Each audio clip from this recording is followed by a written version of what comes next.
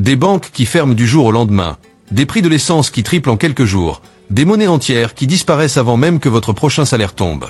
Et tout ça, sans guerre, sans pandémie. Juste à cause d'une chose, une récession américaine. Parce que les États-Unis ne font pas que dominer l'économie mondiale, ils en sont le pilier. Alors imaginez ce qui se passe quand ce pilier commence à vaciller. À travers le monde, certains pays tiennent déjà à peine debout. Certains croulent sous les dettes. D'autres ne survivent que grâce au commerce, à l'aide ou aux investissements américains. Et si l'Amérique trébuche, eux ne vont pas juste chanceler. Ils risquent de s'effondrer complètement. Quels sont ces pays au bord du gouffre? Et à quel point sont-ils proches de la chute? On démarre tout de suite. Numéro 10, le Liban. Autrefois célèbre pour ses banques confidentielles et son charme méditerranéen, le Liban est aujourd'hui à bout de souffle sur le plan économique. Ce n'est pas juste un pays en difficulté. C'est un pays déjà en train de basculer. Les banques y ont gelé les retraits. La monnaie nationale a perdu plus de 90% de sa valeur. Et pourtant, pour de nombreuses familles libanaises, un seul espoir reste, les transferts d'argent depuis l'étranger, en dollars, envoyés par des proches. Mais voilà le danger. Si une récession frappe les États-Unis, ces transferts peuvent s'arrêter net. Plus d'entrées d'argent. Plus de promesses d'aide internationale. Juste un gouvernement paralysé, une inflation qui explose et des millions de personnes coincées dans un système qui ne tourne plus. Et si aujourd'hui, la situation est déjà critique, la moindre baisse de l'aide mondiale ou du commerce pourrait faire tout disjoncter. Les hôpitaux n'arriveraient plus à importer leurs fournitures, les étudiants ne pourraient plus payer leurs frais de scolarité, et les rayons des supermarchés se videraient. Si les États-Unis éternuent, le Liban ne tombe pas juste malade. Il s'effondre. Et dans ce genre de scénario, il n'y a pas de bouton recommencer. Numéro 9, le Pakistan. Une puissance nucléaire, une Centec en plein essor, plus de 240 millions d'habitants. Et pourtant, le pays est suspendu à un fil, sans filet de sécurité. Les réserves de change. À peine de quoi couvrir 6 semaines d'importation. La dette extérieure, plus de 130 milliards de dollars. Et rien que pour 2025, les remboursements dépassent 22 milliards. Alors que se passe-t-il si les États-Unis, son principal partenaire commercial et la plus grande source de transfert de fonds, plongent dans la récession? Les envois d'argent chuteraient. Les investissements s'évaporeraient. Les importations seraient bloquées. Et sans cette précieuse entrée de dollars américains, la roupie pakistanaise ne glisserait pas, elle s'effondrerait. Résultat, pénurie d'essence, coupure d'électricité, explosion des prix alimentaires. On a déjà eu un aperçu. Mais une vraie crise américaine pourrait faire tout basculer. Envie qu'on continue à dévoiler les failles des économies mondiales avant qu'elles ne craquent? Pensez à vous abonner, ça nous permet de continuer à creuser, pour vous. Revenons à notre classement. Parce que le cas du Pakistan n'est que le début. Numéro 8, l'Argentine. Un pays riche en terres agricoles, en lithium, en culture, et pourtant pris dans un engrenage infernal. Dette, inflation, blocage politique. Et voilà la vérité. L'Argentine n'a même pas besoin d'une récession américaine pour aller mal. Elle est déjà en train de sombrer. Mais si l'économie américaine flanche, ce pourrait bien être la fin de l'histoire. Ce pays a déjà fait défaut 9 fois. Oui, 9. Ce n'est pas une erreur. Et aujourd'hui encore, il doit plus de 45 milliards de dollars au Fonds monétaire international, un record. Et ces échéances ne sont pas dans 5 ou 10 ans. Elles arrivent maintenant. Côté inflation, elle a dépassé les 200% en 2024. Résultat, les prix doublent en quelques mois, les pensions fondent, les économies deviennent de simples bouts de papier sans valeur. Même si le gouvernement a réussi à ramener l'inflation à 56%, on est loin d'une situation stable. Alors, en quoi les États-Unis sont-ils un facteur déterminant? Parce que l'Argentine dépend fortement des marchés américains et européens pour son commerce, l'accès au financement et sa note de crédit. Si les investisseurs paniquent à cause d'un ralentissement aux États-Unis, les taux d'intérêt de l'Argentine s'envolent et le refinancement devient impossible. Il suffirait d'un frisson pour provoquer un nouveau défaut total. Ces exportations, comme le soja ou le lithium, perdraient de la valeur. Les réserves de change partiraient en fumée. Et des millions de personnes basculeraient à nouveau dans la pauvreté. Et puis, il y a la question de la confiance. En Argentine, la politique économique change tous les quelques mois. Nouvelles taxes, contrôle des prix levés, puis remis. Un jour l'essence est subventionnée, le lendemain elle devient inabordable. Ce genre d'instabilité fait fuir les investisseurs, surtout quand le système financier mondial se met en mode repli. Alors, l'Argentine est-elle condamnée? Pas encore. Mais elle est en terrain glissant, et il n'y a plus de marge pour l'erreur. Si les États-Unis entrent en récession, ce ne sera pas juste une période difficile. Ce sera peut-être l'effondrement d'un pays qui n'a plus ni crédit, ni confiance, ni temps devant lui. Et c'est peut-être bien l'Argentine qui nous montrera ce que ça donne, quand tout ça s'effondre en même temps. Numéro 7, Égypte. Des complexes hôteliers de luxe vides, des voies maritimes naguère bondées désormais désertes, et des familles de la classe moyenne luttant pour acheter du pain. L'Égypte, avec plus de 110 millions d'habitants, est assise sur une faille économique qui pourrait à tout moment s'ouvrir en grand. Et si l'économie américaine se met à vaciller, ce serait peut-être le coup de trop. Pourquoi ? Parce que l'économie égyptienne repose sur 3 piliers, le tourisme, les investissements étrangers et les revenus du canal de Suez. Des secteurs tous étroitement liés à la stabilité mondiale, une stabilité qui peut s'évaporer très vite en cas de ralentissement aux États-Unis. En 2024, la dette extérieure du pays a franchi les 165 milliards de dollars. Rien qu'en 2025, il faudra trouver plus de 42 milliards pour payer les intérêts et les échéances. Et avec une inflation qui tourne toujours autour de 30%, la livre égyptienne a déjà perdu une grande partie de sa valeur. Imaginez maintenant ce qui se passe quand les devises étrangères ne rentrent plus dans le pays. Les touristes annulent leur séjour, les investisseurs rapatrient leurs capitaux, le commerce mondial ralentit. Et avec une dépendance quasi totale aux importations pour le carburant et les produits alimentaires, c'est toute la vie quotidienne qui devient impossible. Pénurie, rationnement, tension sociale, ce ne sont pas de simples scénarios, ce sont des réalités déjà vécues. Le gouvernement a bien tenté de réagir en négociant un prêt de 8 milliards de dollars avec le Fonds monétaire international. Mais ce genre d'accord implique des mesures drastiques, réduction des subventions, dévaluation monétaire, gel des embauches dans le secteur public. Et ce sont les populations les plus précaires qui en paient le prix fort, dans une région déjà hautement sensible aux bouleversements politiques. Les grandes puissances occidentales gardent un œil attentif sur l'Égypte. Les États-Unis, à eux seuls, injectent chaque année plus d'1 milliard de dollars d'aide militaire et économique. Mais dans une période de récession américaine, cette aide pourrait être coupée ou drastiquement réduite. Alors posez-vous la question, que se passe-t-il si une mégapole comme le Caire, avec ses 20 millions d'habitants, commence à manquer de nourriture, de carburant ou d'emploi? Ce n'est plus de la fiction, c'est une course contre la montre. Et pour l'Égypte, cette course semble déjà bien entamée. Numéro 6, Ghana. Une monnaie qui s'effondre, des prix alimentaires qui explosent, une dette qui dérape. Et tout cela avant même qu'un ralentissement mondial ne frappe. Le Ghana, souvent salué comme une étoile montante de l'Afrique de l'Ouest, se trouve aujourd'hui au bord du gouffre. Et si l'économie américaine flanche, il pourrait bien être l'un des premiers à tomber. Petit retour en arrière. En 2022, le Ghana est devenu le premier pays africain à faire défaut sur sa dette depuis la pandémie. Cette année-là, le cedi, la monnaie locale, a perdu plus de la moitié de sa valeur. L'inflation, elle, a dépassé les 54%. Résultat, des biens essentiels comme le riz, le carburant ou les médicaments ont vu leur prix doubler, pendant que les salaires, eux, restaient figés. En 2025, la situation reste fragile. Le pays doit encore rembourser plus de 58 milliards de dollars de dette extérieure.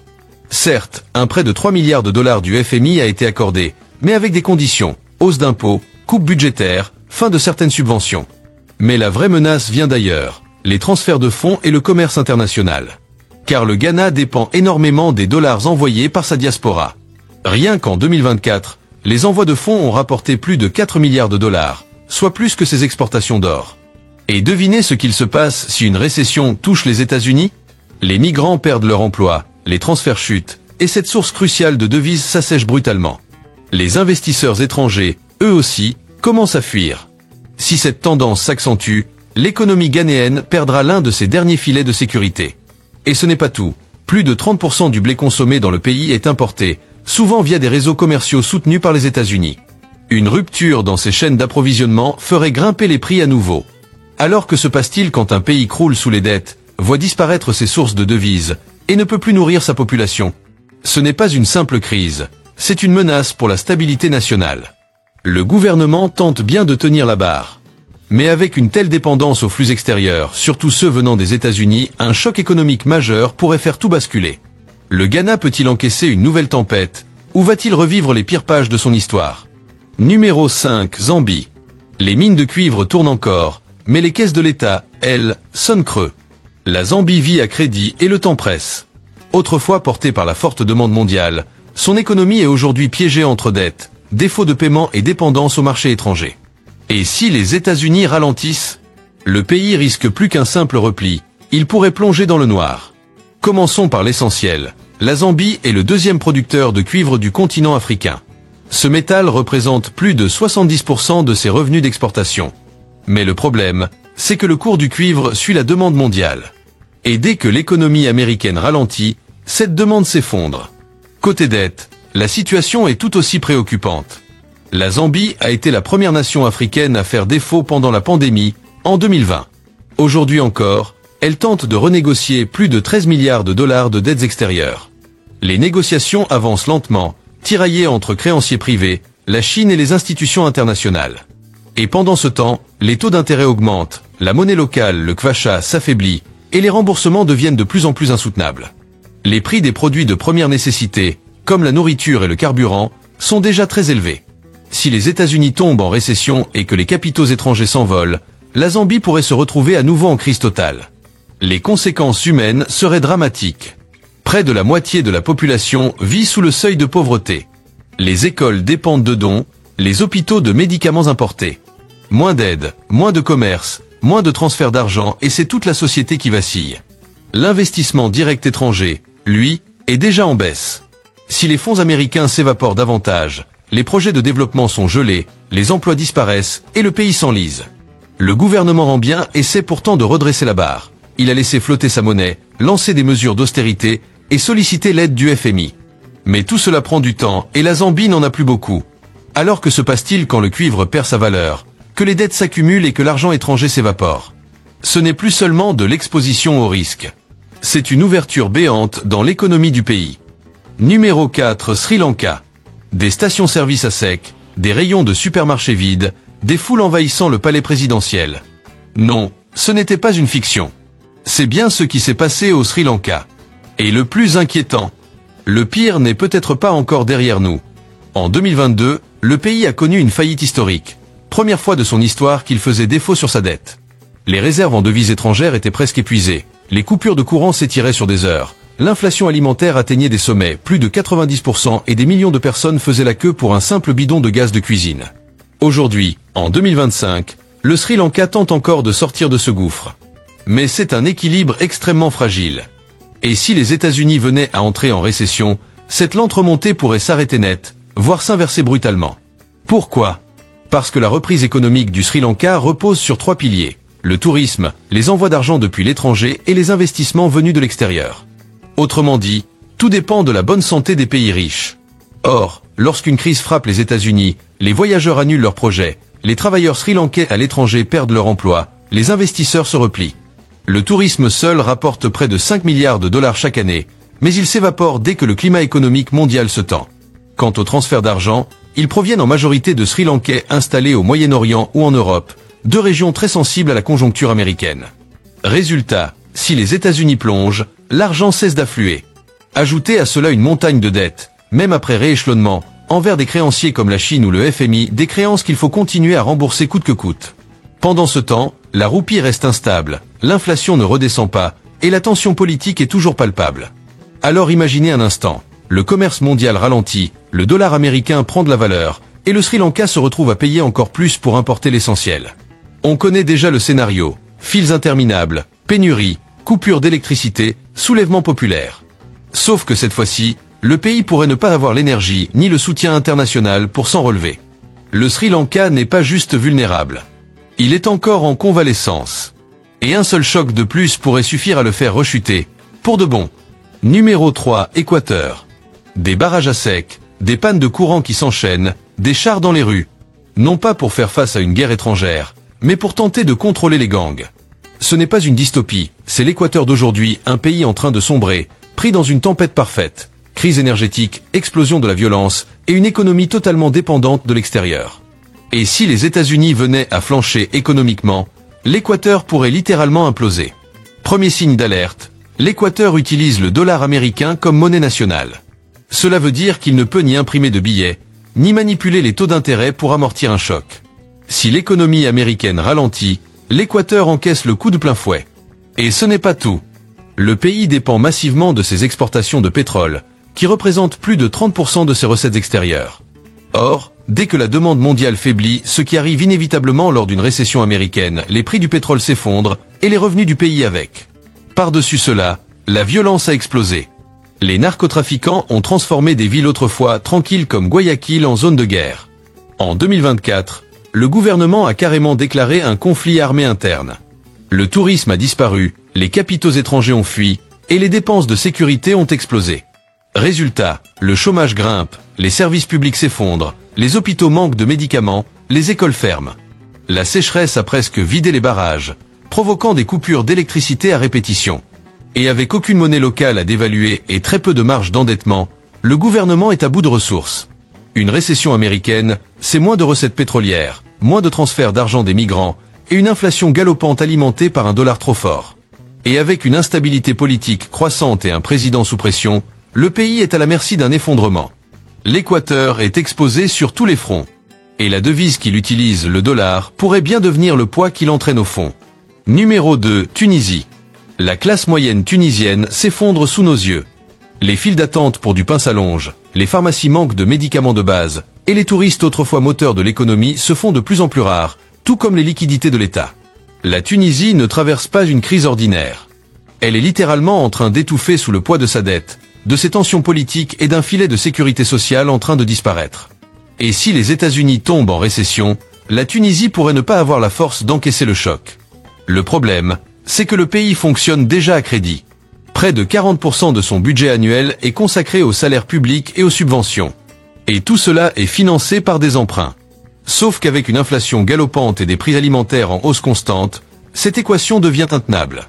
Et ce qui rend la situation encore plus précaire, c'est la dépendance aux importations, que ce soit pour la nourriture ou l'énergie. Si les cours mondiaux flambent, ou si la crise américaine se répercute sur l'Europe, principal partenaire commercial de la Tunisie, on pourrait assister à des pénuries, voire à des émeutes. Sur le plan politique, la scène est tout aussi fragile. Le président Kais Saied a dissous le Parlement, concentré les pouvoirs entre ses mains, et fait face à une contestation croissante. Les investisseurs étrangers n'ont pas tardé à prendre leur distance. Quant aux négociations avec le FMI, elles sont dans l'impasse.